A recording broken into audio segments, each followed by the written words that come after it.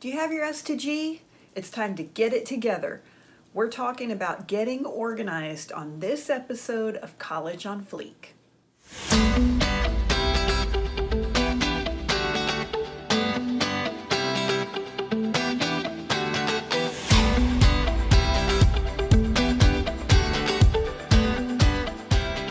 I'm Mary Dittman. I'm an award-winning business professor on the collegiate level and the creator of One-Derful Life and College on Fleek. All right, I talk about this all the time and I'm talking about it again today. We're gonna get you organized and get your S to G, get your stuff together. Now, before we do that, I want to remind you to go to collegeonfleek.com and get your Study Smart Toolkit. The number one thing that my students struggle with is they don't really know how to study. Many times in high school, even if you were homeschooled, teachers do what's called teaching to the test, and it's not the teacher's fault. They really have to do this. So they're really only teaching you material and preparing you for the standardized testing. Well, we don't do that in college. So many of my students come to college and they've never really had to study and they don't know how to study. It's like throwing you in the deep end of the pool and you've never even been swimming. When I was in college, I had terrible test anxiety. And I know a lot of my students struggle with that as well. And so the Study Smart Toolkit is the 3-step system that I created for myself to help me. And it worked. And when I started teaching my students how to do this. And then what I realized was that if I would put it in a video format, then students could have it all the time, anytime they wanted it. They'd have access to it forever, and they could always go back and look at it. It would be right there on their phone or wherever they wanted to access the information, and they could watch it again and again. It's free. And over the years, not only did it help me, but it has literally helped hundreds of students. Now, I can't make a guarantee, all right? But I can just tell you what I've seen with my own eyes. I have seen my students go from D's and F's to A's and B's on the very next test when they use the techniques in the Study Smart Toolkit. And it works for any major, any class. I've shared this with high school students, college students, graduate students. It works for all levels. Now, I've had students tell me, well, I don't feel like watching a video. Okay, no problem. You feel like failing a class? How about, do you feel like retaking a class after you failed it? Listen, you can't see a change in your grades and keep doing the same thing. So hook yourself up and go to collegeonfleek.com and get that Study Smart Toolkit. Okay, let's get into our content for today. We're going to, again, talk about getting organized. Now, I know that I'm kind of a unicorn when it comes to organization. I'm pretty detailed in my organization. Yes, some people would say anal. I like to say detailed. But part of the reason is because I spent a lot of years where I wasn't organized. I mean, I used to I couldn't find papers that I needed, or I couldn't find bills. Had I paid it? Had I not paid it? Where was it? I couldn't find different things that I needed to do my job. Now, I never lost any student papers, but I would frequently misplace other documents. And most of the time, the problem wasn't that I was accidentally throwing things away. It was that I couldn't find stuff. Now, why should you care about getting organized? Well, number one, it's going to save you time. Because how much time do you burn up when you can't find the homework assignment, or you can't find the thing that you needed to turn in, or you can't find the exam that you needed to look at, or you can't find your notebook, or you can't find your keys, or you can't find your ID card. And that burns up a lot of time. But the other thing is that disorganization, whether it's clutter in your physical environment or just not being able to find things, every piece of research shows us that that drains your brain. Because even if you're not paying attention to the pile of clothes on the floor that you need to fold, your brain is aware of it, and it's just like it's a little leak in your brain, in other words. And it's a distraction, and it's killing your focus. And those are the 2 top complaints I hear my students talking about is, I wish I had better time management and I really need a better way to focus. Well, here you go. You can get some things organized. Now, I do not recommend that you just go through your entire life and start throwing stuff away right now. Like I believe in baby steps, okay? I'm all about the baby step life. So start with something small. Start with your wallet. Start with your car. Start with your flash drive, your phone, your backpack or your handbag. And so what does that mean? Well, go through and clear everything out and take everything out of it, throw away all the gum wrappers and throw away all the little scraps of paper that are balled up on the bottom, throw away all the pieces of gum that came unwrapped and they're at the bottom of your bag.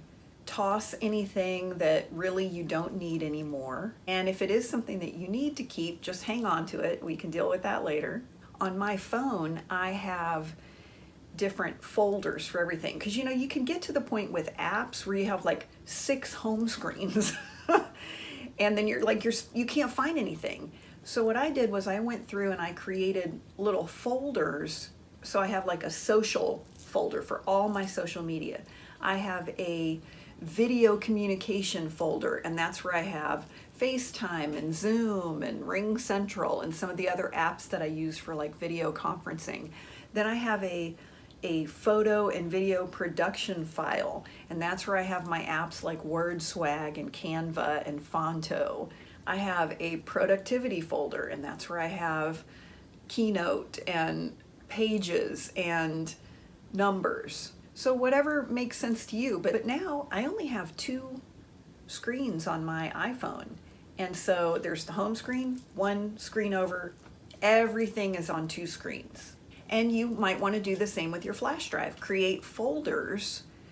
Maybe it's by class, maybe it's by project, whatever would make sense for you. The way I do my folders on my flash drive and my laptop is I will list it. So I have one folder called teaching. Okay, get in there, and then it's by class, and then it's by semester, and then it's everything that happened in that semester. Now on my desktop computer at the school, what I'll have is I have, let's say, my Business 150 class. That's our intro business class. And you open up that folder and it says exams, lectures, projects, homework. And so if you click on the exams tab, then it breaks it out by semester, because I teach that class every semester. You would have to organize whatever makes sense for you. Maybe it would be math, and then every math class has its own folder. Or maybe you say it's math 100, then math 200. Maybe you put all of your exams in a folder. You have to do whatever makes the most sense for you, but that way you're not scrolling through 200 documents trying to find whatever it is that you're looking for. I do the same thing with my email. For example, if I do some online shopping, which I do frequently, or if I'm traveling. So if I make an airline reservation or a rental car or a hotel reservation, every single thing dealing with travel, when I have something in my email inbox, I immediately put it in travel. Anything related to shopping, I put it in the shopping folder. That way, if it's been a couple weeks and I'm like, hey, where's that such and such that I ordered? I can just go to the shopping folder and I can see where the emails are. You have to do what works best for you. Okay, secondly, speaking of folders, I recommend that you use some physical folders, and I'm going to show you some examples. So one of the things that I do, and I have these at my office at the school, but these folders are here in my home office because that's where I do my filming. I use a financial software to run the finances for my businesses. And it's not my favorite thing to update my financial software because it entails having to sit down and enter into the software every single transaction. So every single penny I spend has to go in there. Every bill I pay. If I receive a dividend on an account, or if I have an update to an investment account and I need to reflect that, everything goes in there. And it's really just not my favorite thing to do. And one time I got so far behind that I literally had to enter about 6 months worth of information. And I had to get it done because the end of the year was approaching and I needed that information to file my taxes. And that meant I had 6 months worth of like receipts and papers that I was trying to go through and enter, and I was miserable. I freaking hated it. And what I did after that was I created a system where every week, right now I normally do it on Saturdays, every week I have what I call office hours, and that's at my home office. Every week then I enter into my financial software all of the transactions. Now here's what I do. In my planner, which is also my wallet, and I went back to using a physical paper planner because I used to use my iPhone for everything, and then it got wet, and thank God, right before it died, my brother was able to help assist it literally. He was able to help me out and save a few things, but I'm telling you, phone died, I was freaking panicked because my whole life was in the phone. So I went back to a paper planner. Now I still use my phone for a lot of stuff, but as far as my calendar and super important things, it's all in the planner. So it's also my wallet, meaning I always have it with me. What I do is anytime I purchase anything, and they'll ask you, do you want a printed receipt or do you want it emailed? Sometimes they don't give you an option, like if it's an environmentally friendly business, they will only email the receipt to you, that's fine. When it comes into my email, I have a folder in my email called Enter into iBank because that's the software I use. And so as soon as it comes in, I put in an iBank, and then every week I look at that iBank folder so I can enter those in. But normally I will request a paper receipt. And then what I do is I have this little zipper pouch, and that's where I put all of my paper receipts that I receive. So every Saturday I sit down with my receipts, so then I only have like 7 days worth of receipts, and I enter those into my software. Then what I do is every time I'm done with those receipts, I've already entered them, I have this little tickler file, and I file them by month. And the reason I do that is because I need to keep my business receipts for X amount of time in case there's an IRS audit. But also it's really helpful because if I ever need to return anything, I have the receipt and it makes returning a lot easier. And I know when I purchase the item because it's in my financial software. Now sometimes I get things that I need to enter into my financial software that were not a receipt, like a bank statement or an investment statement. And so I also have a folder in my home office, and I have a lot of different folders. And so some of the folders I have are to be paid. So every time I receive a bill, it goes in the to be paid folder. See, I used to just put everything in a big stack and then I couldn't find anything. So now when I open it, it's not that much trouble to walk into my office and slap it in the folder. Then I have one called, look, oh, enter into iBank. So this is all stuff that I don't need to pay it, but I need to put it in my software. I have one called shipment return documents, all that online shopping. Well, when an item comes in, it'll have a packing list with it. And frequently you need that packing list if you want to return anything. So I keep all of my shipment return documents. I rarely return things, but just in case I have them if I need them. I have a file called future events. And in this one, right now I have a get well card in here for an associate of mine who's been quite ill, and I like to send him a get well card about once a month, so I have his next card in here. I have an email, so I printed out an email from my boss with upcoming dates on it where we are expected to attend and help out with some events at the university. Yeah, I printed it out old school, and then I highlighted those particular dates and I put it in the future events file. That way, when I'm sitting down with my calendar to figure out, okay, now wait a minute, what days do I need to be at the university? I don't have to go back and try to find his email. It's right here, okay? I know where it is. And sometimes if it's a case where I think I might need to have access to that somewhere else, I can take a screenshot, or I'll just take an actual physical photograph of the email, and there it's on my phone. Speaking of folders, now I can't get these folders anymore. I mean, I've looked everywhere. They don't make them. but I made one for myself at one point, but you can use whatever works for you. A 3-ring binder, you can get the portfolio folders, and what I like about this one, it's made by Mead. It's a Trapper folder, but I haven't been able to find these anywhere. They don't make them anymore. I like this because here I can put all of my extra syllabi. So when a student in class comes up and like, Ms. Newman, I lost my syllabus. Do you have one? Here you go. Or when I need to refer to the syllabus, it's right there.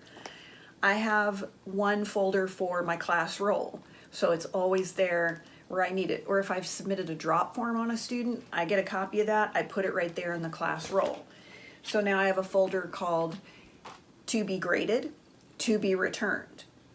And so I'm never wondering where's the stuff I needed to hand back. It's always in here. And then I have a tab for exams, because when a student says, can I come and look at a copy of the exam that we just took, I have it right here. I'm not having to go print out another copy. Now, you could have a folder, and whether it's a 3-ring binder with divider tabs, whatever, yours could be handouts that you received in class, or to be turned in, or items returned. And I always suggest that you keep whatever your professor returns back to you, because if you ever need to appeal your grade, you have it right there. You can put your hands on it. But also, if you're in a class where there's a cumulative exam at the end, you need to keep all your previous exams so that you can study from them. Another idea that you might use would be a tickler file.